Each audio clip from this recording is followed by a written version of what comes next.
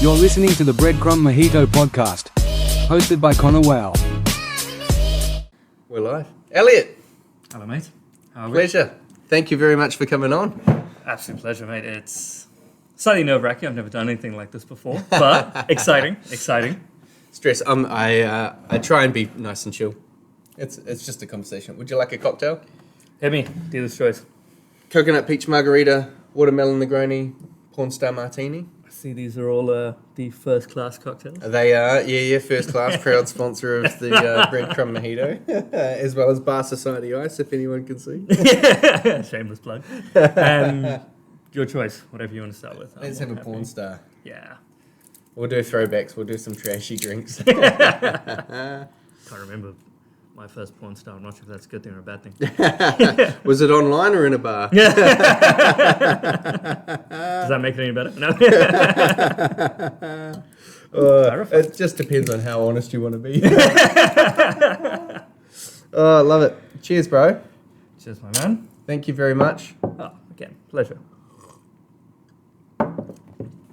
Yeah, the old clarified pink porn star martini. Clarified. Everything's clarified in the first class bar society world. Why not? We got to match it. Why not? But yeah, welcome, bro. Thank you very much for coming on. Yeah.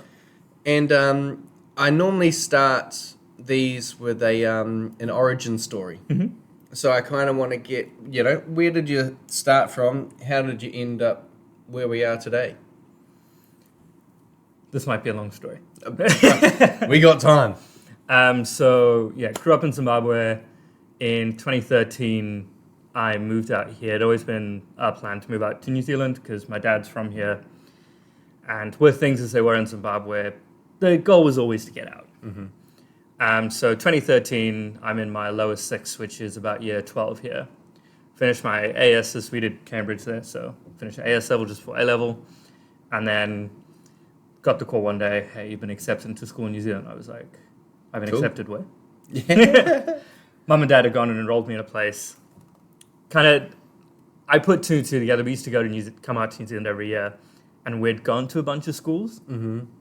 And then my parents were like, what do you think about this place? What about that place? And I was like, oh, it's nice. Yeah. Moved out here, did year 13 down in Nelson, and then took a gap year. And in terms of keeping it to like hospitality, during that gap year, I have an aunt and uncle in the Nelson Motueka region who own and run a winery. Okay, nice. So while I was on my gap year, outside of playing hockey, I went and worked in their winery, in their vineyard. Nice. What kind of hockey? Field hockey? Field hockey. Yeah. No, ice hockey scares me.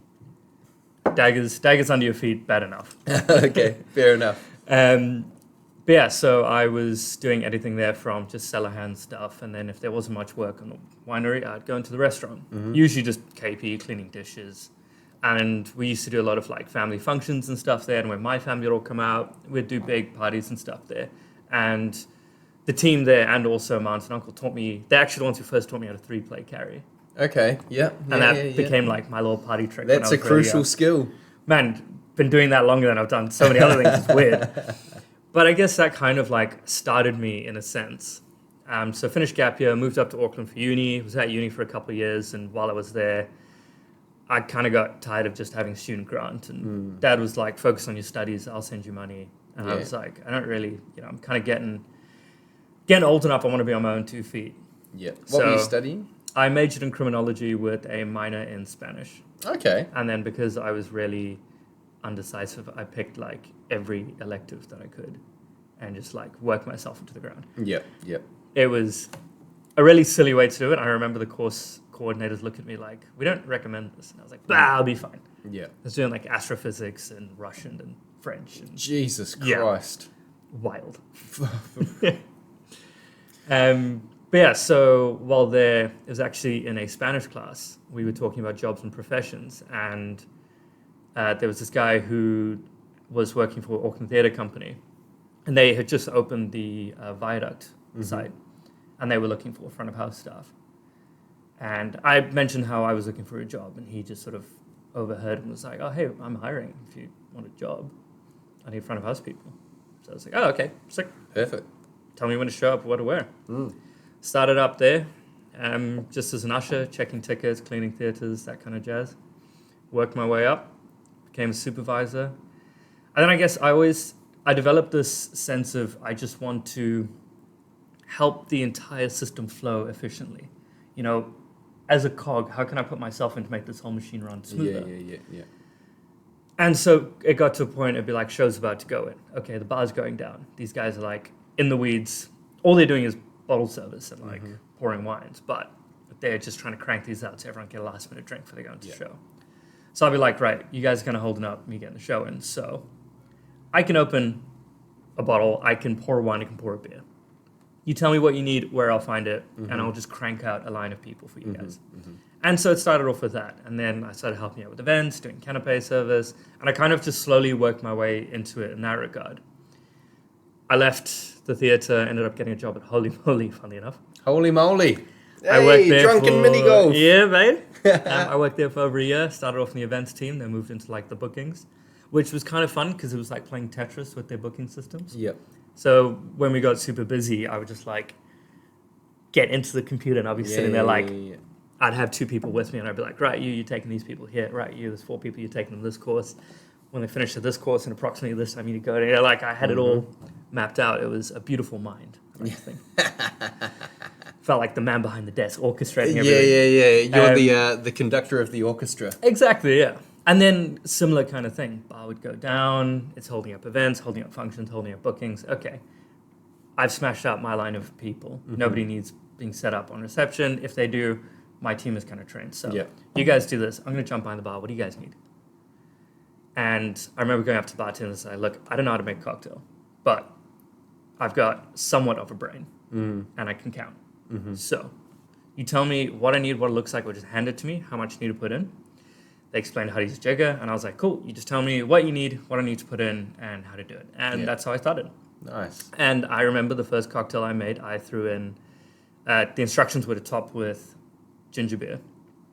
And true to my enthusiasm at the time, I filled the shaker with ginger beer, slapped the top on, shook it, and boom.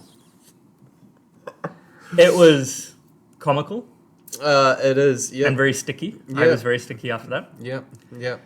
But laughing that off and then going on with cocktails, tasting different things and seeing how different ingredients came together, I started to like the experience of a cocktail, not just the taste.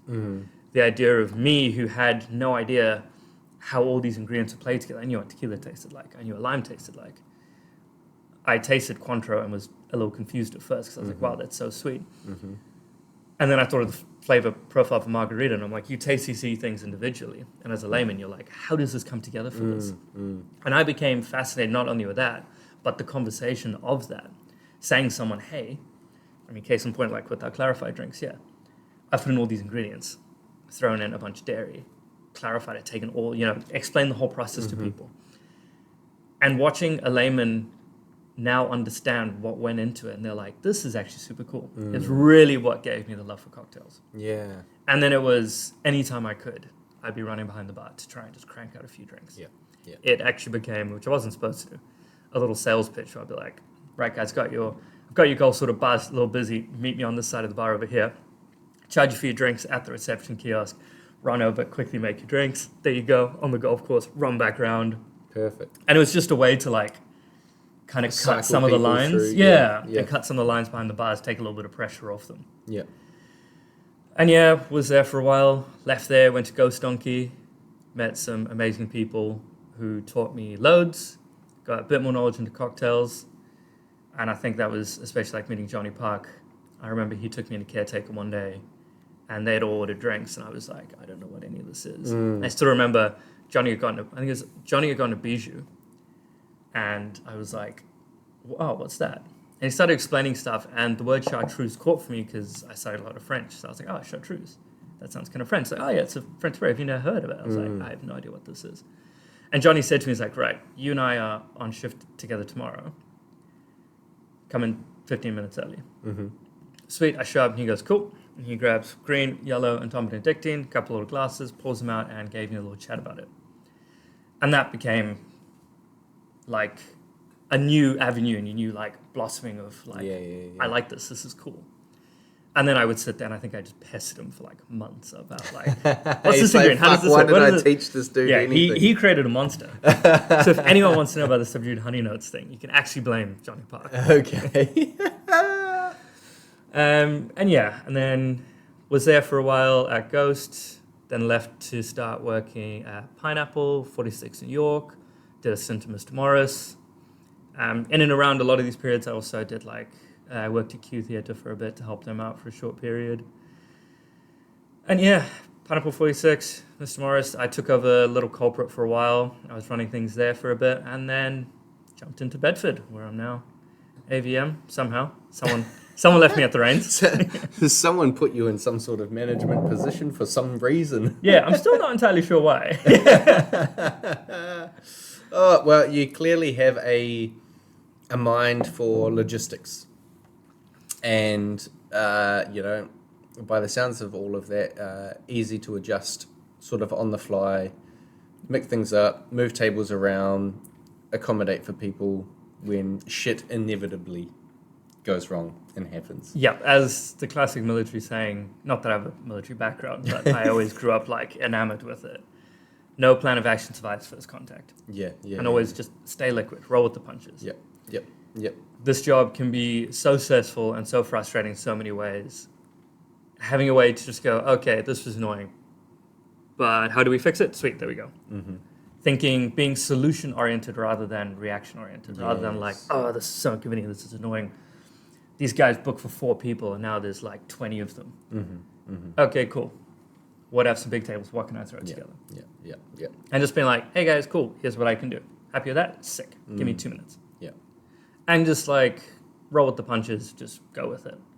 And like I mentioned earlier, looking at things and going, this isn't working so well. How can I all the gears here? How can I make this all smoother?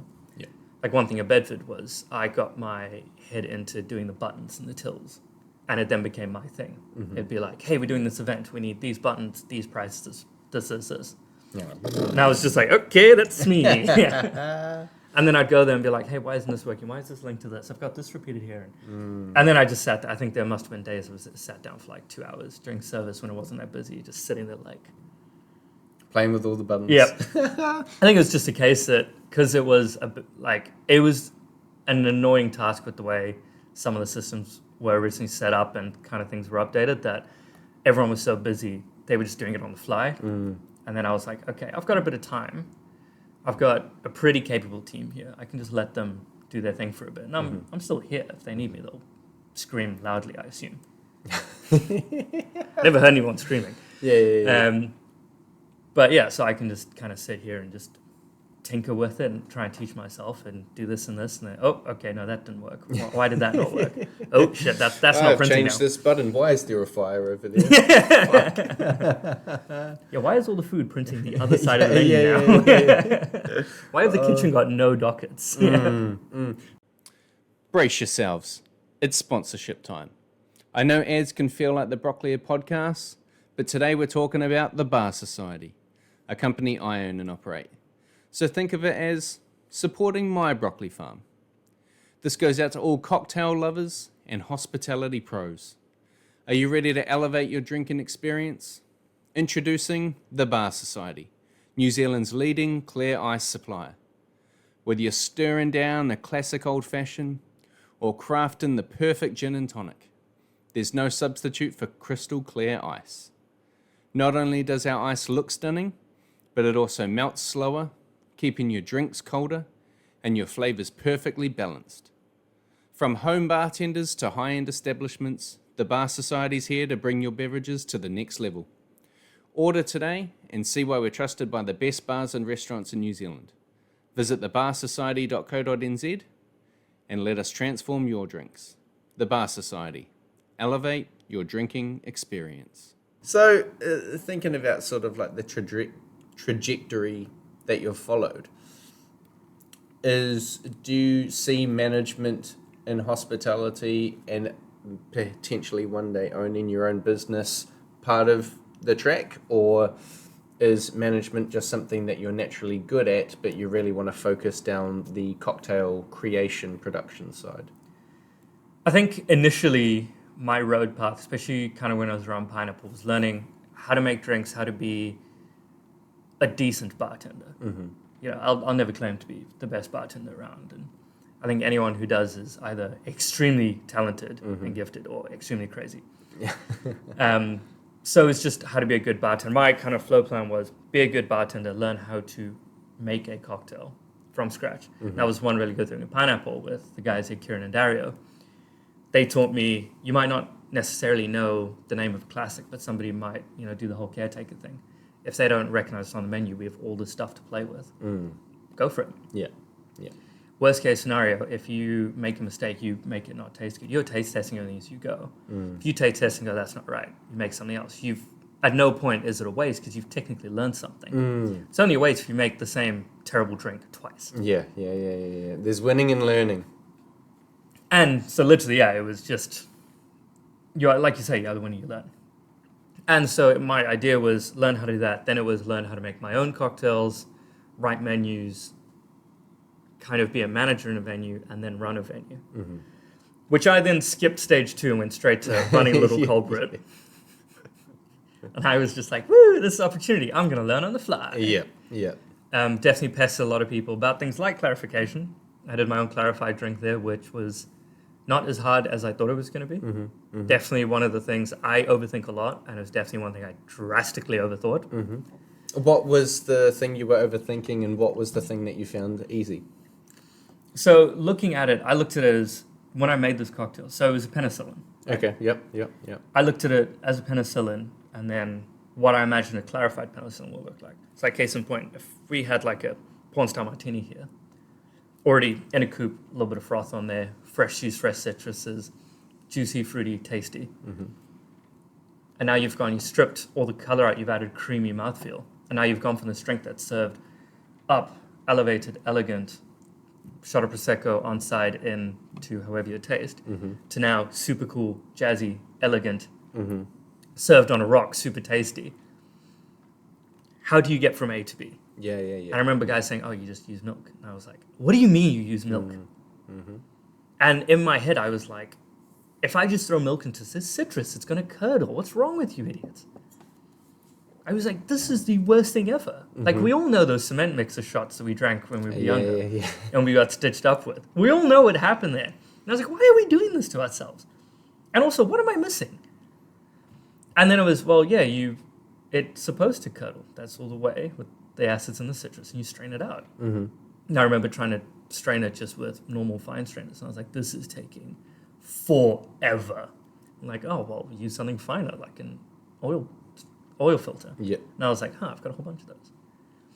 Use that, and I was like, it's a lot easier than I thought it was. It takes forever, but just kept doing it. I was like, oh my God, this is great. And now, especially like with the penicillin, here was a way to take a drink that was super gingery, but now keep a bit of ginger flavor, almost make it desserty.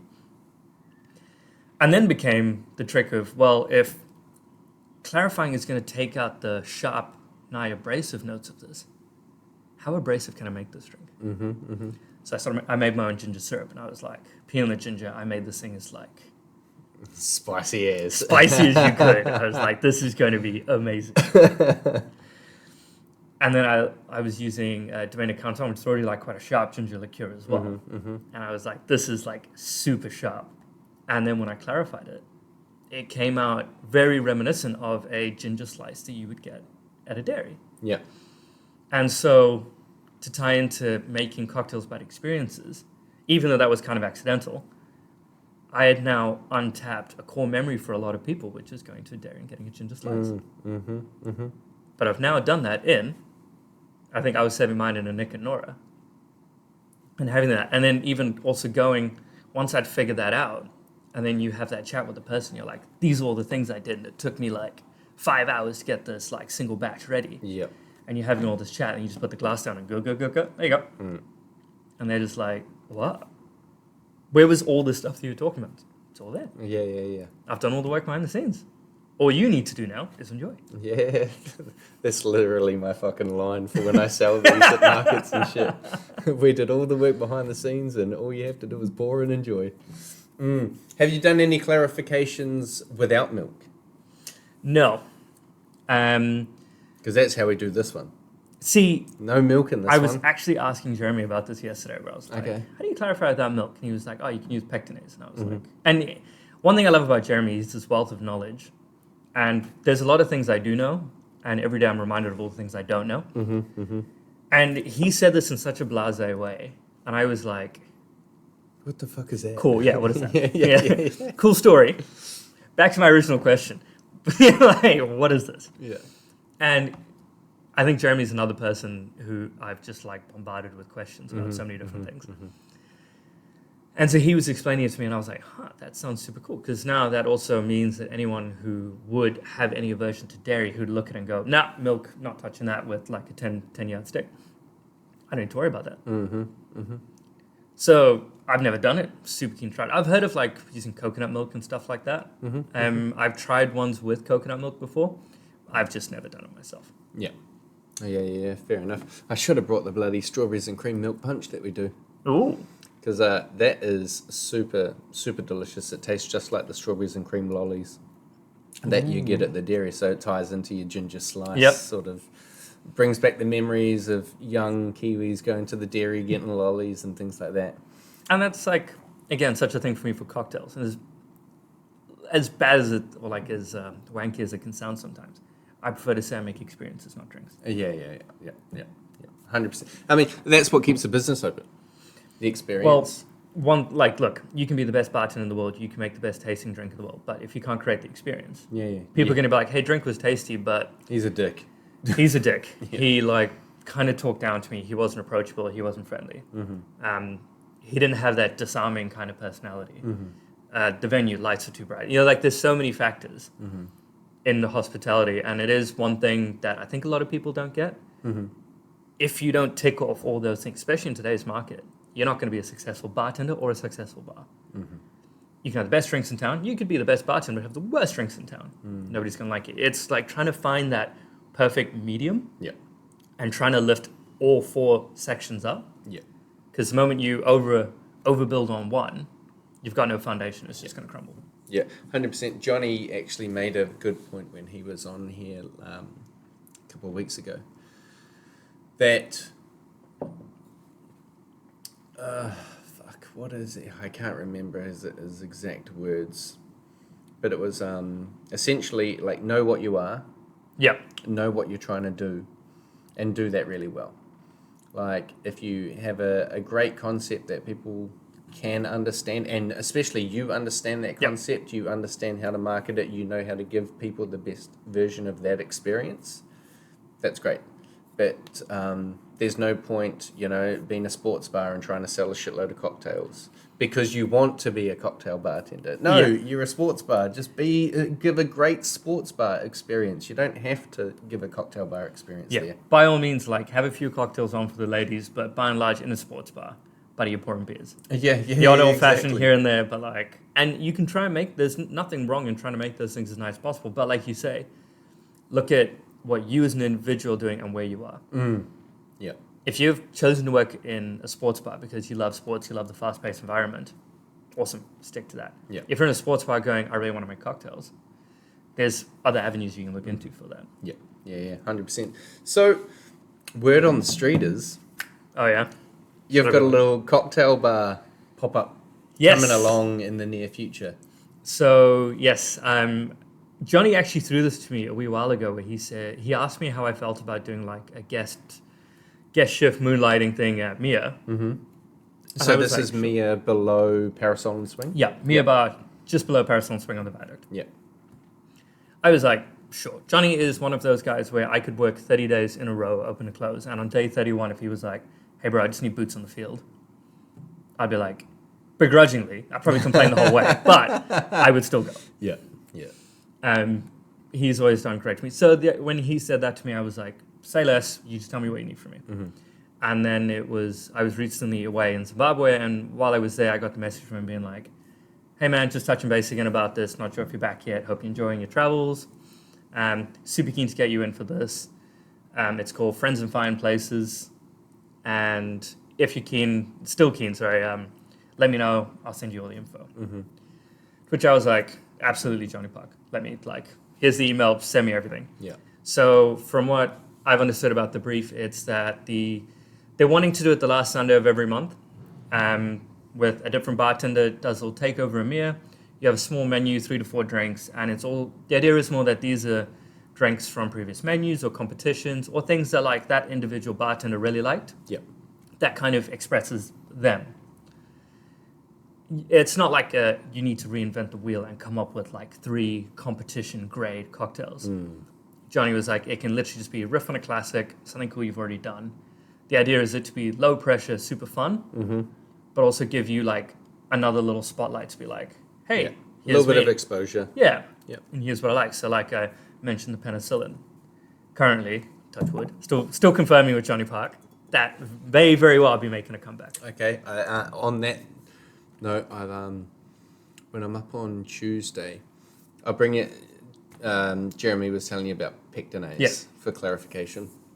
Ginger doesn't clarify with pectinase. It's too starchy. And so you need, there's a stuff called amylase. And I have a bottle of it. You know, it's people like you guys that give us the rep of being chemists, not bartenders. You know, all these like scientific names and stuff, man. Yeah. But no, amylase, it helps separate the starches. And it'll help you clarify ginger. I got it because I was meant to help a couple of guys that were doing a clarified ginger syrup. And then they kind of moved on from the bar that they were at. And I was busy doing other shit, and so I've got it, but I haven't even opened it yet. But yeah, I'll bring it up for you. Yeah, please. And have a little play with it. I've got some other stuff that'll help. There's so this is not my podcast, so I don't want to take over. But hey man, we're both in this boat. we're talking shit. We're learning. When you use things like pectinase or amylase, you're separating particle. Yep. And it is from the water content, essentially. And then you use you might be familiar with these wine-finding agents like kisosol and chitosan. So kisosol is like you dehydrate it. It takes all those particles and dehydrates them inside the liquid to push all the juice out. And then your chitosan is more like a gloopy, snotty, sort of thick Sounds delicious. Component that is heavy and goes to the bottom and it collects up all those particles. It's the same way that people use like cornstarch and water and they pour it into a dirty oil with a deep fat fryer and it collects up all the pieces and then they can take it out and you have clean oil again. So it essentially does that. That's pretty cool. So I'll bring them up because you'll like treat it with the amylase, you'll add your kisosol, add your chitosan. There's a little bit of a time schedule to go on, but it'll eventually collect all of your solids. Yeah, all the solids and impurities. Yeah, and then you can whack that through your fine filter, oil filter, however you want to use it, and you'll get a clarified juice out of it. So I'll bring that up on Tuesday for you. That would be sick, because I definitely noticed when making the ginger syrup.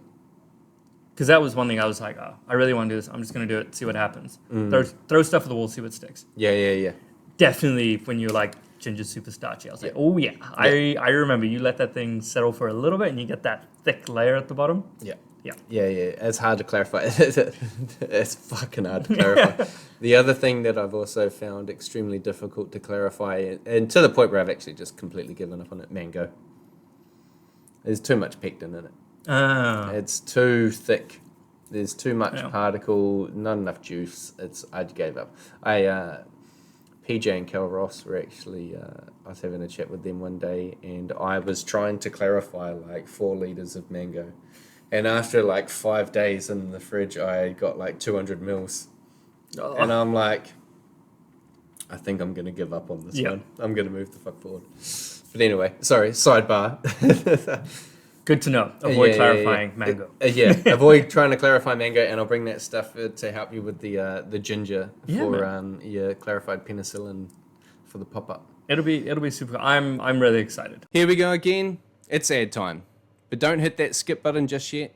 Today's sponsor is First Class Cocktails, another company that I own and operate. So technically it's less of an ad and more of me shamelessly promoting myself. You know what's better than a great cocktail? A great cocktail with no effort. Meet First Class Cocktails, New Zealand's premier provider of premium bottled, ready-to-drink cocktails. We're talking about perfectly balanced flavors, made with the finest ingredients, and all you have to do is pour, sip, and enjoy. From timeless classics like the martini and the old fashioned, to bold new creations like our pineapple and chili margarita, first-class cocktails ensures every drink feels like a first-class experience. Whether it's a night in or a party out with friends, we've got your cocktail game covered. Order now at firstclasscocktails.com and raise your glass to effortless luxury. First Class Cocktails, because every moment deserves to feel first class. Yeah. What are the other drinks you got going? So another one that I really want to do is another one of my key drinks from Little Culprit. We called it the Silk Road. It's basically a rum sour with a spiced vermouth. Okay, yeah, tasty. Super tasty, easy to drink. In fact, there's a funny story. The first day I actually launched it, I prepped everything, and then I had that night off of Little Culprit, and then the guy who was covering me, Alex, was on. And I come by just to be like, hey, bro, just double checking. You've got everything here for it. Yeah. Here's where everything is. Just like going over the handover I'd already sent him. And there's a guy sat at the bar, and Alex is like, hey, bro, I think there's something wrong with your drink. I was like, what do you mean? He's like, well, I just gave it to this guy, and he's like, it doesn't taste right. And I was like, what? Okay. What specs did you use? He's like, okay, well, I put in the rum, put in the spice vermouth, and he's like, thank you for making sure it was nicely labeled. And then I put in lemon, and I was like, and demerara. And he's like, what demerara? I was like, you didn't add demerara? And you got this really astringent, sour, and it was spicy. like super spicy sour. And this guy was like listening to us, and he was like, demerara, that's like a sugar. And I was like, yeah, I make like a demerara sugar syrup. It's supposed to, because it's quite rich, it adds a lot of sweetness to it, and it plays off some of the spices that I used. So I'd infuse the sweet vermouth with cinnamon, orange peel, cloves, cracked cardamom pods, and I believe I used a few crushed cacao nibs as well. Okay, yep. Or like, literally just rested it for 24 hours. It just gave it like a nice little extra note, kept the juiciness, but adding in a bit of wood spice notes and the orange sweetness, it added a bit of depth and complexity to the drink, whilst also not completely reinventing the wheel again. Yeah. So I was like, that was one of the ones where a lot of people were like, this is delicious, this is all we ever want to drink. And I was like, I know where you can find one. So that was one that I was like, definitely got to do. The other one was actually requested by Johnny, which is a drink I have a amusing reputation for, which we call the Subdued Honey Notes. Okay. So, like I mentioned, Ghost Donkey, Johnny told me about chartreuse. Yeah. Whilst going through our till, I stumbled upon a cocktail, The Last Word. Yes. Your boy's looking through our till. We had one tap set up with a way that you could click and hold a button, and it would then come up with The recipe. spec sheet. Yeah. The recipe for it. Yeah. And so I looked at it and I was like, equal part drink. That sounds super easy to make. I'm kind of curious. What's maraschino? Johnny! And so then I started trying out Last Words. I go on Caretaker and he's drinking a number of Last Words. And I thought, well, I work in a mezcal and tequila bar in E3. What happens if we throw a mezcal?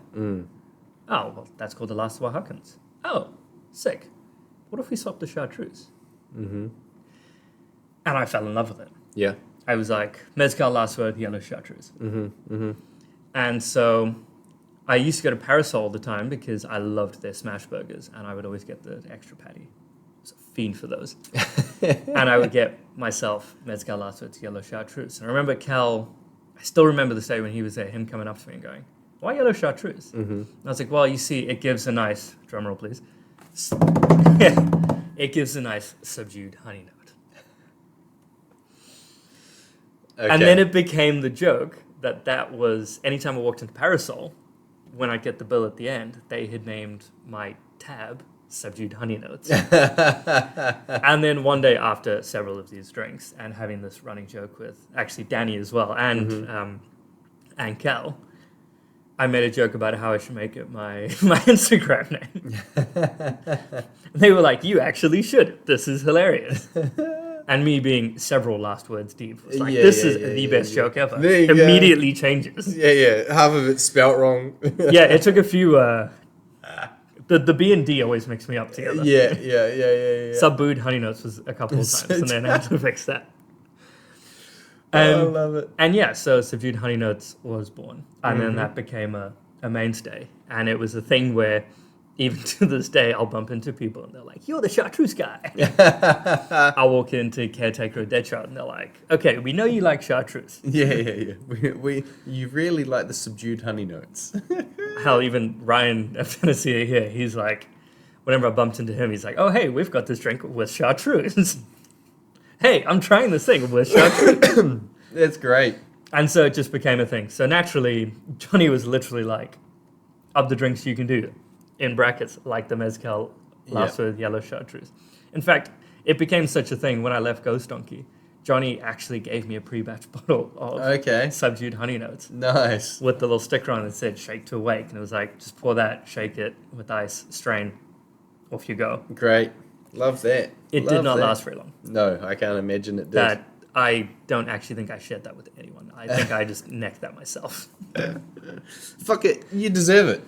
That was hard. honestly like my favorite drink for ages. And it actually became a thing where, most people have bread, eggs, milk, cheese, Yep. and one or two other ingredients that they always have. Mine was bread, milk, eggs, cheese, yellow chartreuse, and mezcal. And Breakfast of champions. I've had bottles of maraschino for ages. I remember going to Liquorlands in Parnell when I lived around there and getting them to order me in maraschino. I remember getting my hands on some Luxardo and I was like, this is the holy grail. Mm-hmm.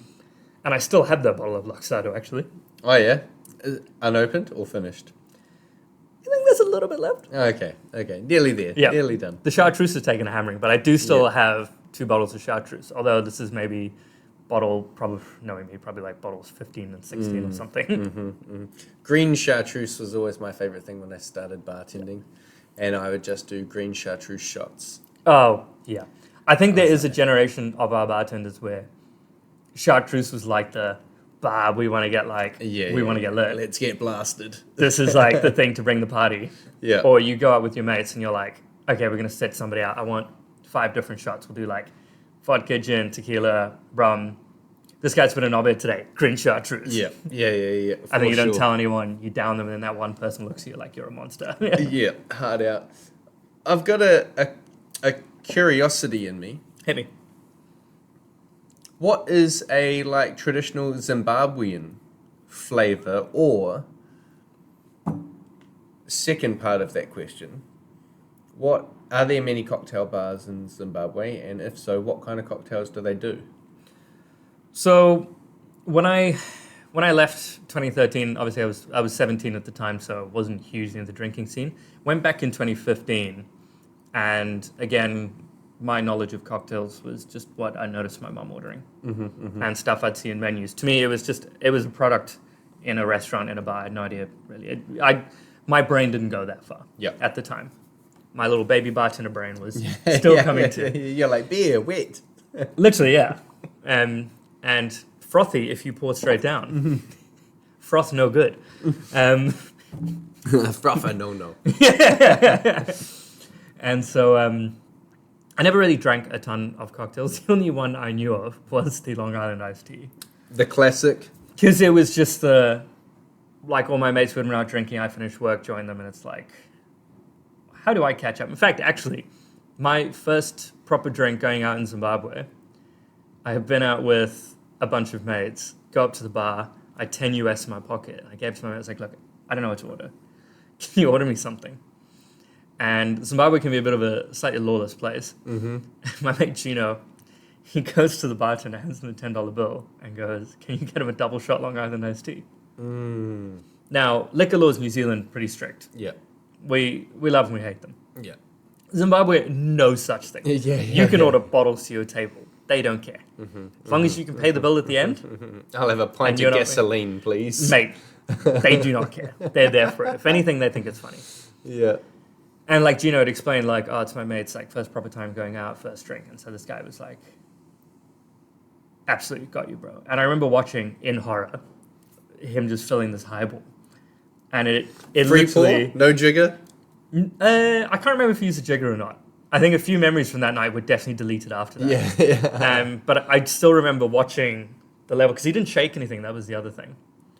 So he poured in. He started with the lemon juice, and then I just saw like levels of spirits get added in. And I remember looking and like, wow, there's a lot to this drink. And then he mixed it, and then just like cracks open a can of Coke, and just like, there you go. I remember looking at him like, in my head, I was like, something's wrong here. Yeah. And then I was like, bah, we're here to have fun. I'm 99% sure I ended up taking that drink home with me because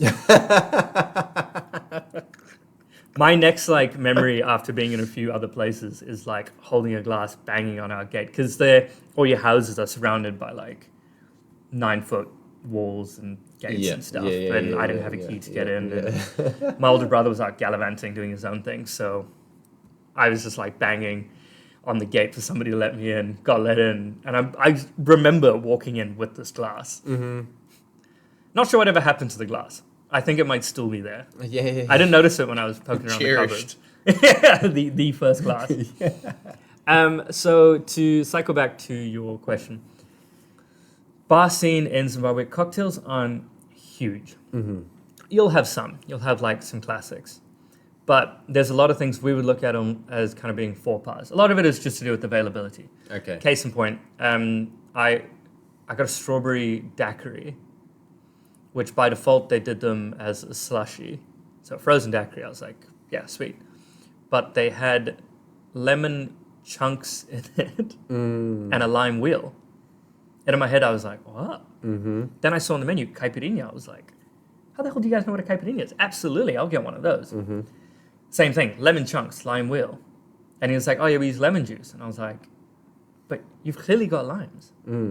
Why do you use lemon? He was like, aren't you supposed to use lemon? And I was like, fair enough.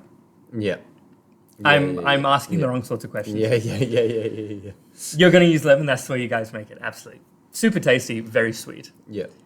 So in terms of like flavors that are like iconically, or like things that are iconically drunk in Zimbabwe, there's a lot of maize that's produced, a lot of local beer and stuff all has maize as one of the primary grains. Okay. You have a few gins, you don't really have any whiskeys.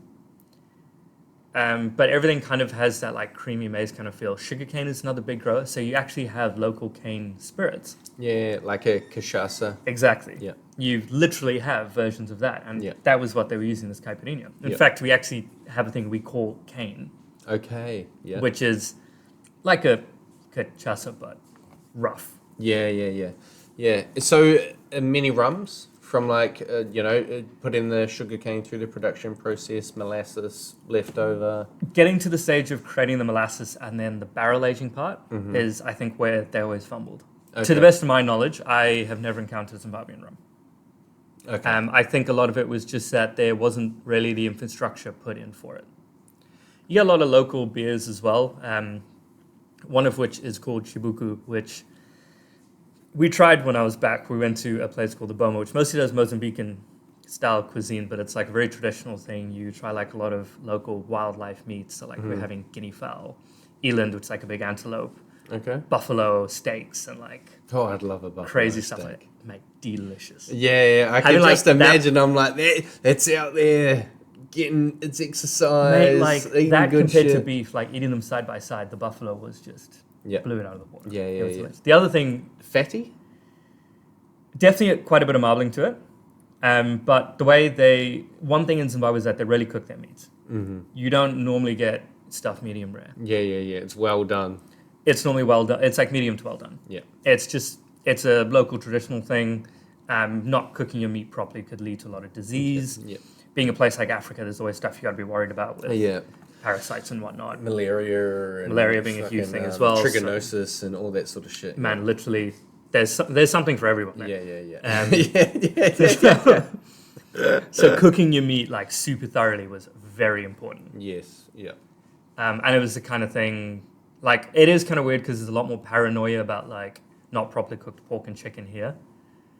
than we had in Zimbabwe. But in Zimbabwe, it's just like an unwritten rule. What we call gotcha, which is like burnt. You gotcha the meat. But yeah, so while we're at this place, one of the other super cool things as a side tangent that we did, which I'm so actually impressed with my partner for this, they have these things called mopane worms, and it's like a caterpillar. And they gather them and fry them. Okay. And it was one of the things you could do. You actually get a little certificate. I didn't bring it with me, but we both got certificates for them. And they have like this lady at a table, and she's got like her little bowl full of fried ones and her little stack of certificates. And you go up to her like, hi, I want to try a mopane worm. She goes, yep, do you want a small one, medium one, or a big one? Charlie went straight into it. She was like, give me a big one. So they hand her one, put a camera about, yay big. And I was like, all right, well, if we're going for it, get me a big one as well. Yeah. Mate, the absolute stitch up. They pulled me out this monster. And I looked at it, I was That's like... a fucking snake. I was like, this is ridiculous. We scrammed that, and it was a challenging bite. Yeah, okay, so what does it taste like? Why is it so... Why challenging? Why do you get a certificate? After it's deep fried, I believe it's deep fried in peanut oil, so it was kind of like chewy, peanut buttery, which kind of threw my head a bit. The bit I found challenging was actually the legs, because as I bit into it, and then I just felt like this row of little legs like stabbing, not quite stabbing, but like tickling Brushing, along my gums and my tongue, and I was just like, and I was trying to just keep working the jaws. But one of the other things they did there was chibuku, which is a very local beer. Now, we think of hazies here. This is like next level hazy. The one we had was slightly chunky. Okay. And one of the things you do when you go there, it's a huge like tourist kind of thing. But you get heaps of locals do it as well. But you're like welcoming drink. Guy comes over and he's got his plastic bottle. Looks kind of like a repurposed Scrumpy bottle from here. And you see it's been used several times because like the plastic's got like little perforations or like dents in it. Cracks it open and just pours a bit for everyone. It's in these like pastel blue tin mugs. And I looked at it first while we were there. And it took a few seconds for it to clue on what it was. And I just said to Charlie, just take it in one, take it in one, take it in one. Just don't sip it, just finish it. You will enjoy it so much more if you just finish it. You're going to hate this regardless. It's definitely an acquired taste. And yeah, like if you were to think of like a beer that wasn't just hops, but you've got something like maize and stuff using its as extra bits, and then it's not really... Refined. Well, it's not really filtered post-fermentation. Yeah, okay. And then, next that, and it's like, oh yeah, I'll just chew a little bit here. Yeah, I don't know how I'd feel about a chunky beer. Yeah, it was something.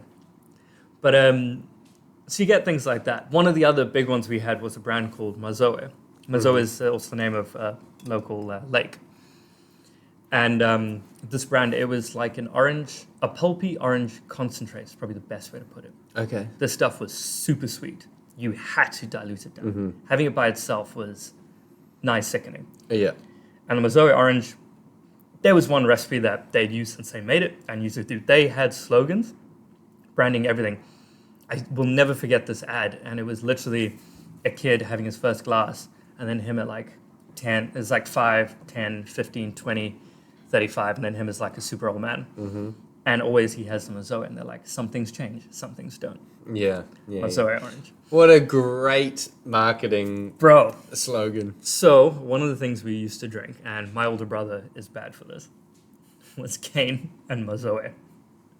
Okay. So think of your cachaça, but fairly aggressive and rough. Yeah. This does not go down super well. This sounds like the epitome of elegance. And then this crushed concentrate orange pulpy drink that you add to it and dilute. Honestly, the amount of sugar in the Mazoe is probably what dehydrated your brain to get you drunk faster than the cane spirit did, which is saying something because the cane stuff is pretty strong.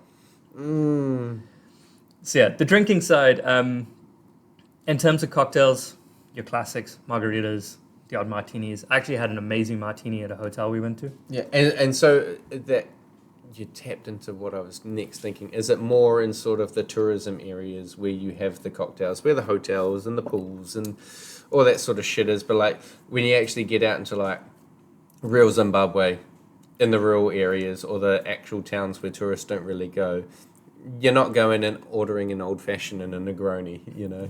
You might get away with an old fashioned Negroni. They'll probably Okay. look at you and like blink twice. Yeah, And then like look around. They'll be like, confused. "What'd you call me?"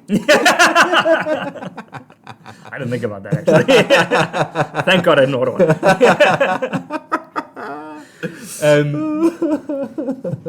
Margaritas were huge. Again, lots of lemon juice Yeah. instead of lime, which I always find kind of hilarious because they always served it with the lime wheel, and in my head I was just like, "You have it. Why not use it?" Yeah, exactly. And- Would limes be expensive there like they are here? No, a tropical sunny area. They are definitely not as much as here. Okay. New Zealand is a bit crazy with it, and also the stuff you would grow in Zimbabwe a lot juicier. Man, the quality of produce there was crazy. Yeah. Growing up, we had a mango tree, a banana tree, an avocado tree. Man, this economy would love an avocado tree. Pomegranate, guava. We had a pawpaw tree. Just We'd in the grown backyard. Yeah, just in the backyard. Yeah. We grew up with like all of this fruit. Yeah. So like millennials dream now having big avocados. Yeah. Like the kind of thing you're like half of one is 2 slices of toast. Yeah. Big. Yeah. Literally falling off the trees. Like the millennials dream. I took for granted so much. Lychees. That was the one I was missing. Lychees. Okay. Which is the one I shouldn't have forgotten. Because Yeah. that was my favorite. Yeah. We had our own Okay. lychee tree and that was amazing. Lychees. Yeah. I didn't even think lychees grew. I don't know what was with my parents when I don't know if they just found random stuff and they're like, biff it in the backyard, see what happens. Yeah. And just it pops up. I was definitely bad for that where we'd like buy fruit and I would have, there'd be the seeds or whatever left over and I'd just be like, yup. I mean, honestly, I kind of think that's the best thing. That's what nature would do. Well, An yeah, animal would eat it and just drop the seed somewhere. And then if it takes, it takes. Yeah. So there is, Life has a way. Yeah, Nature life has a way. We were talking about this before the podcast. but yeah, so produce is, you get a lot of stuff. And in fact, this is one funny thing. We did like a little trip on one of the big lakes in Zimbabwe. And while we were there, I was making cocktails for my family. Mom was like, "Oh, we've got these lemons you can juice, but we want you to make margaritas." And they know my family have a joke of me being a cocktail snob Yeah. and like a margarita snob. And I was like, fine if I have to. And so I'm juicing these lemons. And I go back to get a couple more, and I see another bag like in the corner. I'm like, what the hell? Look into it. It's a bloody bag of limes. And I was like, this is the worst ditch up. But yeah. And they had no idea that you needed them or something. Probably. They knew. It was like Oh, a they running knew. gag It that was they had like okay. told everybody else but me. Okay. Or at least I'm convinced that was the case. Yeah. They refused to admit to it. But yeah, a lot more available. You buy them in like big sacks. Like you think a sack of potatoes here, Yeah. like those 5-10 kg Yeah. monsters. You can get things like that, and it's not wildly expensive. Certainly not like here in like the worst season where it's like $40 a kilo. Yeah. There you'd be able to buy it off a guy on the side of the road. Fuck. The dream. Mate, the bartender's dream there. Like, the informal sector is insane. Literally, side of the road, you can buy everything from pot plants to dog kennels to sheds, wooden stone carvings, produce, and again, these are just literally guys side of the road. And it's such a climate where you can just grow shit year round, can't you? Like, All right, team, it's that time again. Sponsor advertisement time. Look, I know ads can feel like one song on repeat, but today's sponsors are the Bar Society and First Class Cocktails. If you've listened this far through the podcast, you already know that they're two companies that I personally own and operate. So hey, if you're rolling your eyes, at least roll them over to our websites and get ready to take your cocktail experience to the next level. Imagine this: First Class Cocktails premium bottled drinks paired with the Bar Society's crystal clear ice. It's a match made in cocktail heaven. Whether you're hosting a dinner party, impressing guests at a wedding, or just treating yourself to a well-deserved drink, these two brands will bring you everything you need for a flawless pour. First Class Cocktails delivers unbeatable flavor, while the Bar Society adds the perfect touch of elegance with slow-melting, pristine ice. Why settle for ordinary when you can create extraordinary?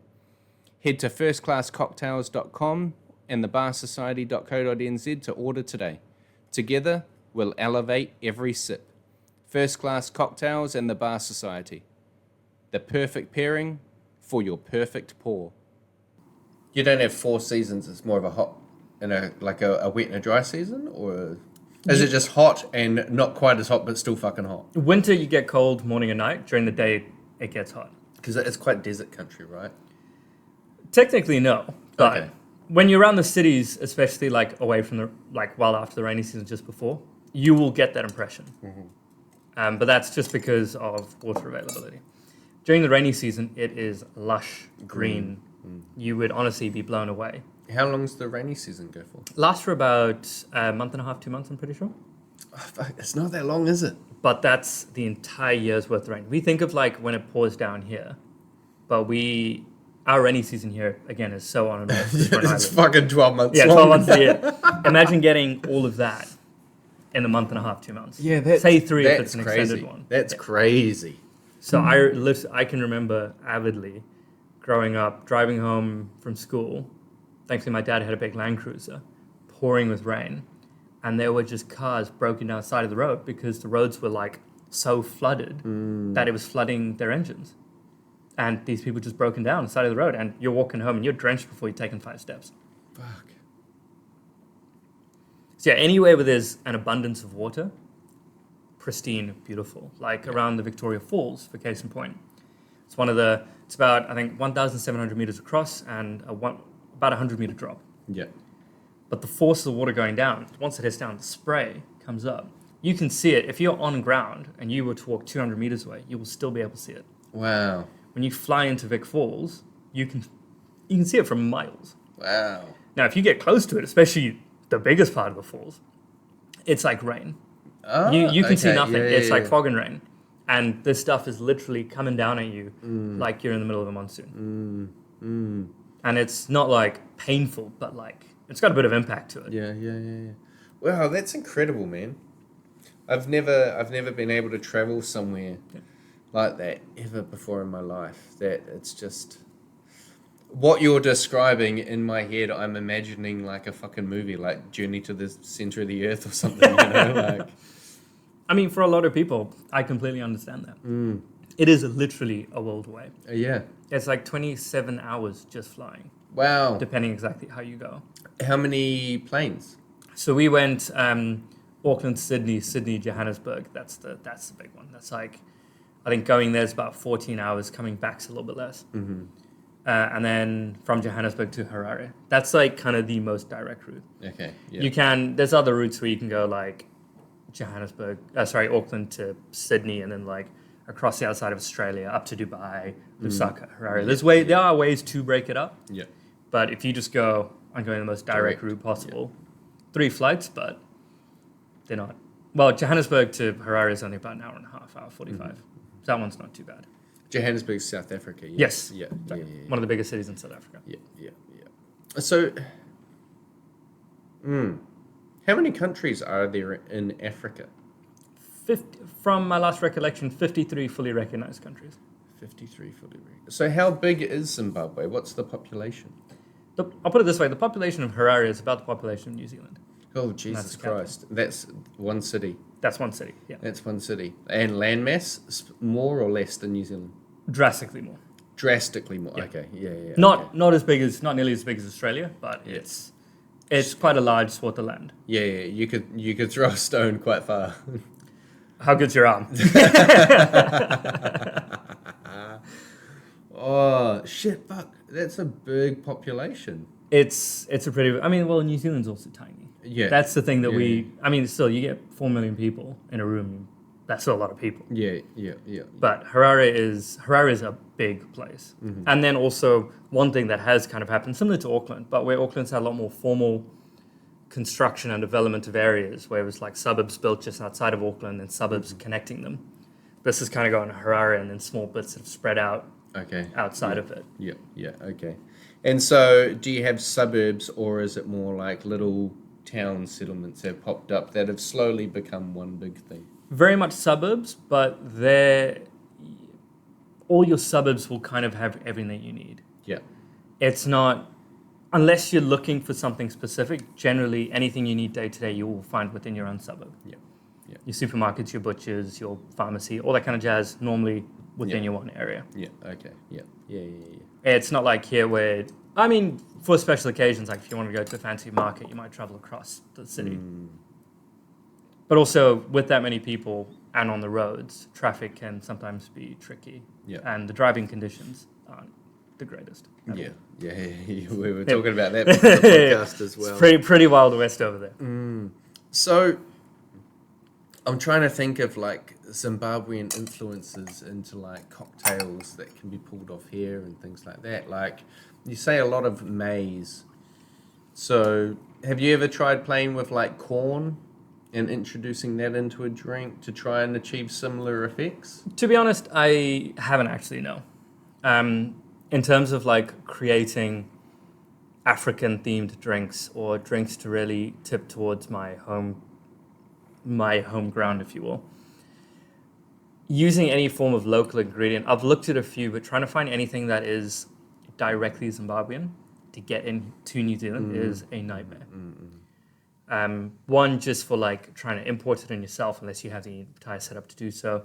You can always bring it through duty free, but you're That's getting a bit two of a bottles. gamble. Yeah, and even then, traveling 27 hours with 2 bottles in a bag is not that fun. And bless them, I'm sure it was a rough day, but those guys in Sydney throwing around our suitcases.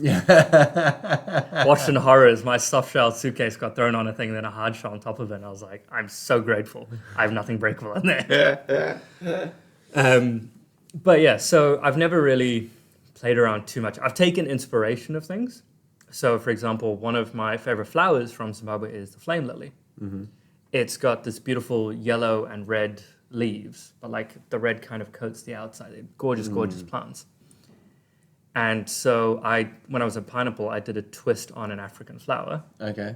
and I called it the flame lily. But I used mezcal because why not? Which is my thing. And chartreuse? No chartreuse in this No one. chartreuse, no honeydew notes. No, not this one. This one was like mezcal, Gran Classico, which, Gran Classico, Tayberry liqueur, and I'm pretty sure we used Maramontegro, a creme de cacao in it. And then we did a smoke. The guys came up with smoked paprika bitters, and we did like a saffron and paprika infused white chocolate ganache room.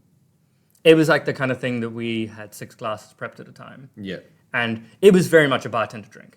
Like a lot of people would taste it and be like, there is a lot going on here. Yeah. It sounds like a bartendery drink. It was super tasty, Yeah. but definitely a bartender drink. Yeah. Bartender would be like, this is delicious. This is sick. I can see everything. The common person is like, do I eat the chocolate off this? Yeah. Is the glass edible too? Do I just... Thankfully, we did not have the elegant, fragile glasses that the guys here at Panacea did. We had thick walled boys that you'd break your tooth before you broke the glass kind of thing. And that was one thing originally with the drink. I wanted it to be in a Nicanora, but one of our first things, we were like, oh, how do you get the rim off? And then we sort of put the glass to our teeth and we were like, oh, surely you can use your tooth to scrape. This is a bad idea. Yeah. It's like, no, we're not doing this. Yeah, don't encourage the customers to chew on the glass, Yeah. will you? We try to avoid chewing glassware. Glassware is expensive. Yeah, worries about your teeth. The glassware is expensive. Hey, man, you see the price of Nicanoras now? Bloody Riddell. Not sure what's worse, dentist fees or Nicanoras? Yeah, exactly. Oh, shit. It's funny when you said, was it buffalo? Yep. Taste some buffalo. I was thinking, like, I wonder what buffalo fat tastes like. Do like a buffalo fat wash of some sort of components. I was trying to think of Zimbabwean influenced cocktail components, and Well, there it's is the best I could come up with. Really. buffalo fat wash. It's pretty gamey, delicious, but pretty gamey. It'd be pretty interesting. Yeah. But it would be one of those things where it's like buffalo fat wash, old fashioned. Yeah. And What are the colours of the Zimbabwean flag? Yellow, green, red, black. Yellow, red, green, black. Wonder if you could do like a modern day traffic light. Have you had a traffic light? I did try and do that. Funny story about traffic lights in Zimbabwe on a slight segment, which is funny you bringing that up. Yeah, okay. South African comedian Trevor Noah Yeah, has a brilliant joke from early on in his career where he jokes about how when Africans started traveling the world and like going seeing other countries, we saw these traffic lights. We're like, this is really cool. So we brought them back to Africa. I don't make the joke quite as good as he does, but I believe it goes along the lines of when they brought back the traffic lights, put them, everyone's like, wow, what are these for? He's like, guys, it's for atmosphere. So you have a party while you're driving. It goes green, then yellow, then red, and green, then yellow, then red. And there's this joke that it's like an atmospheric thing. Because also in Zimbabwe, there was such an issue with electricity. So the Zimbabwean Electricity Standards Authority, ZESA, got colloquially renamed, still ZESA, but it was now Zimbabwean Electricity Sometimes Available. Okay, yeah. Because it'd be like, you'd have power from 10 p.m. to 5 a.m. And then straight power cut. Homework by candlelight kind of thing. Yeah. If you didn't get it done while the sun was up, the moment it got too dark, you're like, gotta get the candle out. Yeah, fuck, it's hard to imagine that is, we're so privileged to live in a country like New Zealand, sort of the very civilized. Yeah, where things work. I mean, there's been a lot of work that's gone into setting up the infrastructure and making sure everything is here to work. Yeah, and we've got a small population, so demand is smaller. Exactly. We have a relatively skilled, educated population, so the population to ability to get shit done. Yeah. There's a different sort of balance to it, so we can. We're just fortunate to sort of be in this time where there is the infrastructure that we can have the lights on and this, that, and the other. But trying to retrofit a country that already has a massive booming population, there's so much shit to do anyway. You don't have time to redo the whole power grid. It's 100%, just impossible. Yeah. And then it's you're like, impossible. where am I going to put this power grid? Okay, well, this is a national park. I can't Yeah. do that. This is a sanctuary area here. I can't do that. Yeah. There's a small village. I can't exactly raise a village to build a power thing next to it. And also, like, if I'm going to go to, because you obviously can't have it right in the city confines as well. Yeah. You have to have them slightly spread out. Yeah. And even then, it's like, am I going to throw this this power central station in the middle of nowhere? Yeah, where no one can service where these it. individuals who aren't hugely familiar with electricity are. Yeah. Oh yeah, like how do you service it? And that's like even one thing here. Like we talk about, there's people who complain about things like, for example, the helicopters and the fire engines. There's not enough demand and stuff like that. Man, it's so cool we have those here. Yeah. In Zimbabwe, like when we were on Lake Kariba, we had like a little chat with each other, and the kind of thing was, you don't take any dumb risks. Mm-hmm. So Lake Kariba, it was a valley that was flooded by the English to create a hydroelectric dam. And it's now become like a kind of wildlife sanctuary kind of place. So think of doing a safari. Still producing electricity though? Yeah, the dam still produces electricity. But the lake side of it is more like, it's almost like going around the Marlborough Sounds. Okay. So think of doing a multi-day safari, but instead of being in a car, for the most part, you're on the water. So it'd be like, you'd have a big ferry, and that's what you go out on. And when you're there, aside from other houseboats, there's no, and like the odd like wildlife guides, which if you can get them, you're pretty lucky. There's no help. Your best case scenario is hightailing it back to Kariba, which can take depending how far from Kariba town you've gotten, can take up to a full day. Yeah. Or get to, there's a place called Tashinga where they've got a small airstrip. And even then, they're probably, unless you're super lucky, they'd have to get the plane to fly in from Harare first, which would still be like, provided the airplane was there ready to go and the captain is, I don't know, basically just sitting there playing Candy Crush or something on his phone waiting, it's going to take a little while. So like that was one thing where it's like, don't do anything dumb. No swimming. Yeah. And whatever you do, unless you're with actual like guards, do not step foot on land. Okay, why not? There are lions, there are crocodiles, there are snakes. Anything hippos. that will want to kill you will kill you, and it is there. It's like a number of things people look at and they're like, for example, a really good one, elephant calves. People are like, oh, it's so cute, so adorable. Yeah, stay the fuck away from it. Stay the absolute hell away. So we had it while we're in Tashinga with the local guys there. You can do like a little safari drive, and they go around. The guides are pointing out everything to you. Yeah. Hey, these are this breed of ant. This is this plant. There's this bird. This is the nest. You can see how, and they're super informative. They're just talking about things as they went. So when we did it, we had 2 cars, and we're going through, and at one point we see the first car stopped. We're like, nothing natural. They've probably seen something. And so we're kind of going along. We've got trees on either side. We're driving through, and they're stopped here. So we come round, pull up, and about 10 meters in front of them is 3 full-grown elephants with a calf. So they've shut their engine off, and our driver realizes, and he immediately cuts the engine because they've got a baby, and now this loud, growling beast is coming towards them. Yeah. So they're all standing there. They form like a wall, and they're flaring their ears, which is normally a sign, fuck off.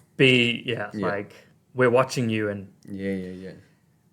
I challenge anyone to look at videos of elephants versus cars, especially African elephants. Now, where we were in the kind of northern regions, they're a bit smaller. When you get more to like the eastern areas, especially where poaching is quite bad, they're a lot bigger and they're a lot meaner. And they take no risks. They give no fucks. Yeah. So where we were here, it was literally just stay, stop, and hopefully they'll move on shortly. And we waited. And our guy was like, I kind of want to back up, but there is genuinely probably about a 50% chance that when I turn on this car, they're going to charge the car in front of us. So we waited a bit, and eventually they moved on. And we're about to go. One more elephant comes through. We're like, okay, we'll wait. Turn the engines on. The elephant goes off. And then the matriarch of the group came out, who was easily a good couple feet bigger than the rest. Wow. This was the kind of elephant, like, when you look at one in the wild and you can see how big this animal is, the raw power that they have is so humbling. Yeah. And this creature, it doesn't mean to hurt you unless you threaten it and its own. It's just they're surviving, protecting its family. Exactly. Can't blame it. You would do the same thing. Exactly. And so this was another kind of funny thing we realized. Now, when you do a lot of these game drives, as a point of safety, your guys will all be armed. Well, we had 2 cars and 1 gun. And our car, the rear car, was one with the gun. So we're like, we don't have that clear shot if they get rushed. Yeah. So it was like, okay, we need to play this super safe. And you're just patient. They move along. And on the gun topic, you don't really want to kill the elephant either. This is going to sound pretty harsh to a lot of people. Okay. Elephants don't have many natural predators. Yeah. It takes several to bring down a full-grown elephant bull is going to take several lions, and even then, most of those lions aren't making out of that alive. Yeah. These things are raw power. Yeah. Unless they die from fighting with each other, disease or old age, it's pretty tough to bring down an elephant. One thing with elephants as well is they can, especially in certain areas, they can become not necessarily violent but quite invasive. They can be very destructive animals. Yeah. When you weigh as much as an elephant does, and you lean against a tree in a very dry climate, you're gonna shatter that tree. Yeah, see a tree. Mate, honestly, like you'd be going around and you just see raw power. Yeah, just toppled trees. And I mean, it's just the elephant that decided, hey, I had an itch, so I just scratched my itch. My ass was a bit itchy, so I gave it a little scratch in the tree. It didn't matter that there was 5 endangered birds in that tree. Yeah. Sucks to be them. Yeah. So there was actually points of like, you never want to kill any animal, I certainly believe. Yeah. But there were definitely points where there were efforts made to like reduce numbers. Okay. Purely as a conservation effort. Yeah, and just conservation and culling to restore sort of populations across all species. And that's the other thing. So like rhinos, super endangered. Yeah. Now, rhino's a big animal, but rhino versus elephant, elephant's going to win most of the time. Yeah. And listening to that fight, which we're pretty sure we've heard a couple fighting over the years when we've been out around at night, it's very loud. Yeah, I can imagine. You don't sleep through that one. Yeah, see, I was thinking like initially, wouldn't you use like a tranquilizer or something? Just enough to sort of put put it in a safe place so you can safely get away. So elephants are extremely intelligent animals. Yeah. There are plenty of folk stories and other stories of, especially poachers. Now, poachers, there is a thing where there is actually a kill on site for poachers. If there is evidence that you are poaching or if you're caught in it, these wildlife sanctuary guys will fire on site. At the poachers. At the poachers. All right. So if you're a poacher, you're dead on arrival. Yeah, kind of thing. Now, elephants have an amazing memory. These are highly, highly intelligent creatures. There are plenty of stories of where, like, a matriarch had a member of its family killed by poachers, has fled with the rest, but has returned and watched and seen the poachers butchering for the ivory, for their tusks, and has then stalked these guys for days and then come upon them in the middle of the night and literally mulch them into the ground. Yeah. See you, motherfucker. They are very brutal animals when they're twisted the wrong way. So one thing with tranquilizing them is a lot of elephants have learned to recognize a gun. Yeah. Now, an enraged elephant first you want, elephant's a big animal. When it's enraged as well, you've got to have a hell of a tranquilizer to put that down. Yeah, before it gets to you. Yeah. So one of the things which they do for a lot of sanctuary things, even in the case of rendering medical aid, trying to help them out, even just placing, like, tracking things to make sure that they can keep an idea of where these animals are going, to follow them, all things like that is normally done from a helicopter. It is the safest way to do it. Yeah, okay. Yep. If you're on ground, you fire it, and this thing knows where you are. It may still very much turn and run, but there is no guarantee that it's not going to just turn to you and run at you. Yeah. And then at that point, you're not going to outrun a full-grown African elephant running at you. Yeah. So at that point, it's like, what was the point of tranquilizer? Yeah, true that. Oh, it'll be done in 5 minutes. Fuck! Yeah, the little counter comes up with an objective, survive. Oh, shit. Yeah, those are things that you just don't really think about. And I'm so, like, ignorant to You wouldn't all think of about it because we don't have that stuff here. Yeah. Here, you can literally, where the ferries are, there are areas here in the viaduct where you can just jump into the water. You go down to Marlborough Sound, dive in the water. You're the greatest danger to yourself, 9 times out of 10. Yeah, fuck. Zimbabwe, you go swimming. Firstly, 1, crocodiles. 2, hippos. Hippos are actually the biggest cause of water-related deaths. Yeah. Very territorial. Extremely territorial. If you have a small-hulled boat, especially made of wood like a lot of locals would, they'll snap that thing in two. They will come after you. And underwater, you're not outracing a hippo. On land, as long as you can keep up with it while it's sprinting at you, they get tired pretty quickly. But as long as you got to be able to keep away from them for that long. Yeah, if you can keep that pace. I don't know how many of us are sprinters, but I tell you what, I won't get away. Maybe one day I might have been able to get around for 20. I don't think anymore. Yeah, you don't need to be fast. You just need to be faster than me. Yeah. But then snakes. We had black mambas. We had a black mamba in our house. No shit. Full-grown female black mamba. They reckon it must have been there for years by the time we stumbled upon it. Wow. And we had plenty of dogs. We had rabbits, we had cats. We had an owl once. That was a funny story. We had friends come over with small children with small dogs. Never thought about it. The one thing we did notice, we never had a rat problem. Everyone else around us, their dogs were constantly finding rats, and it was always an issue. And like, you're trying to kill the rats, but you got to be careful with how much poison you give left around in case your dog ends up with the rat poison. And so you have to be careful with it. But we never had one. We never wondered until we stumbled upon this snake. And how big's a snake? Like a black mamba snake? To be fair, when I held it, because I was the one who found it, and me growing up watching Steve Irwin, I was like, wow, this is a pretty, pretty house snake. What a beauty, crikey. This thing must have been about 1.5 meters long. Fuck.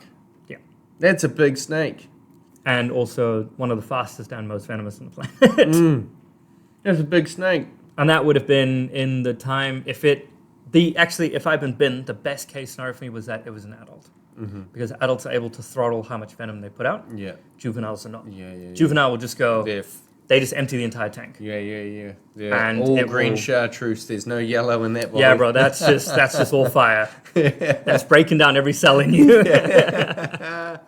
Oh, shit. Man, it's crazy that we're having this conversation right now because it was only like a week ago I watched Anacondas, and Anacondas 2, The Hunt for the Blood Orchid. Yep. And it's all like, they're going through the bush and there's massive snakes and shit like this. And I was like, man, I didn't even know anyone that even seen a snake. And we're sitting here having this conversation. It's Mate, like, everything you're saying, I'm like picturing in my head, like what has happened on these movies. Bro, like, I remember we had a day in high school, we had a African rock python just go through the school. Fucking hell. Just casually. Middle of Harare. Just went through our school. Bro, Just doing its thing. And this thing is like 2 meters long. that's a crazy, crazy upbringing. We had, it was just all sorts of stuff like that. There's plenty of parasites and stuff in the water as well. You can get bilharzia if you've got any open wounds. You go into fresh water, like those areas, you're going to get bilharzia. Yeah. And that kicks your ass. It's like a hangover, but a million times over. Deadly? You can die from it. Dehydration. You're sick, you're throwing up, diarrhea, you can't eat, no Yeah. energy. Yeah. And it just really kicks you down. That's crazy. And then, obviously, malaria. There's, Yes. there's a lot of things can go wrong in Africa very I quickly. am learning and realizing so much stuff that I just didn't know or didn't think of Oh, man, on so many any little sort of things. regular basis. Being in a boat, fishing in a boat. What do you do when you've been fishing here, right? Yeah. What do you do when it's a particularly big fish and you want to bring it in? Well, you lean over, Yeah. you grab the thing and you pull it in. You got to be so careful doing that. A big croc or something. Crocs, well, with this big fish, there's likely to be crocs. Croc's going to be way happier to get a piece of you than it will a fish. A lot more meat on our bones. Yeah. So motherfucker didn't even batter it for me. Yeah, literally. But we've had it when we've gone. You've caught a fish, you're reeling it in, and then suddenly your line snaps taut and starts flying off you, and it's ripping through your line. Croc's taken it, or something bigger has taken it. Yeah, fuck. To quote Star Wars, there's always a bigger fish. There's always a bigger fish. Fuck. Alright, I think we're approaching the end of our time. Yeah, we must be. Well, yeah. It's Panacea opens in 7 minutes. Oh yeah, true. Yeah. So we normally finish on a breadcrumb mojito moment. We talked about this the other day. Have you got anything in mind? As a so breadcrumb mojito moment. My first cocktail that I ever made was a breadcrumb mojito. Oh yeah, upcoming. Yeah. I was going to make a mojito, thought I was picking up sugar, brown sugar, accidentally had a bag of breadcrumbs. I love that. Muddled that through, made a disgusting mess. Looked like someone had kind of vomited in the glass or something. But I've learned so much on this podcast, and I tend to like to always finish on a little bit of a humbling experience. And to be fair, I feel like I've already been humbled by listening to all these stories and just my mind's racing at the moment. But do you have any, it doesn't have to be bartender based, but a story where, when I was doing this, I was like, I know what the fuck I'm doing. And then I horrifically embarrassed myself. Do you have anything like that that's somewhat recent? Or it doesn't even have to be recent. Don't let me narrow you down too much. That's probably good. I think I'm one of those people who, and this is probably also to my discredit, I overthink things so much. And for a long time, I've played a lot of things so cautiously. Yes. I tend to hold myself back instead of just let's give it a crack. Yeah. So aside from my story about adding in a whole ginger beer's worth, When you said bottle into that. I was thinking that was the perfect breadcrumb mojito moment. yeah, that probably would have been to keep it to a hospitality point of me to off the top of my head. Yeah. Of That's it. hilarious straight in front of people. Yeah. This was so dumb. Yeah. Probably that one. Yeah. Okay. Cool. That or doing the one chip challenge before a Saturday shift. The one chip challenge. You're not familiar with it? No. Think of a single Dorito, but Yeah. as hot as you can possibly make it. Okay. The guys some guys I worked with once got it for me as a day for my birthday because I used to love spicy food. Okay, yeah. Do not recommend. I look straight at all of these cameras. Do not recommend. Especially because I did it in a nearby restaurant to where we worked, and I didn't want to be a mess in the venue. I went for an hour without any kind of milk or water relief or anything. I just sat there and suffered. Because I basically let them egg me on, and I was like, I'm going to show all of you idiots. Yeah. And then literally, fuck it, we'll go for the whole story. As I'm there, like, pale-faced, everyone's looking at me like, you don't look okay. And I was like, I don't feel okay. Got up, and then I was like, I can't make a mess in this venue. Staggered out. There was a park nearby with public bathrooms, and I was like, I'm just going to go for it. I can only imagine the sounds anyone outside that would have heard, because that was out of both ends. And I remember opening the door afterwards, and I'm still like half dead at that point. I'm half a man. And there is literally this family stood in front of me with this kid, and this little girl looks at me, and obviously at that point I'm crying as well. Yeah. And she just bursts screaming, crying, and this mother just picks up her child and like runs away. Let's get away from the crazy man. Because obviously I've just like stumbled out of there like holding my stomach. Oh, dude. Yeah, coming out of both ends. Oh. And one thing I will say about One Chip Challenge, it burns going in, it burns both ends coming out. Oh, shit, dude. So of a moment where I thought, I've got this, I'll do it, I'll show all of you. And absolute egg on the face. That one. There is, okay. Yep, that's a good. I think that's probably a good one. Yeah, that's good. But yeah, we'll leave it there. Thank you very much, bro. Thank you, man. Appreciate your time. Good luck for the pop-up at Mia. Yeah, Coming up this weekend. Where can people find you, dates? What's the address? So beneath Parasol Swing, currently looking 3rd, so next week Sunday. Should be 6 till 9. That's 3rd of August? Yeah, 3rd of August. 6 p.m. till 9 p.m. Perfect. A 3-hour little pop-up session. Stint. It's a small space. Come in, bring people, bring your friends. I really hope it gets to a point where there's too many people and not anyone. Amazing. Yeah. We all want that. I really hope so. Nah, perfect. Thank you very much, bro. Appreciate your time. Thank you, everyone, for listening. And ka kite anō. Ciao. Always a pleasure, never a chore. Always a pleasure. Love it. That's it for this week's episode of the Breadcrumb Mojito podcast. Follow us on Spotify, YouTube, Instagram and TikTok at the Breadcrumb Mojito podcast and look out for next week's episode.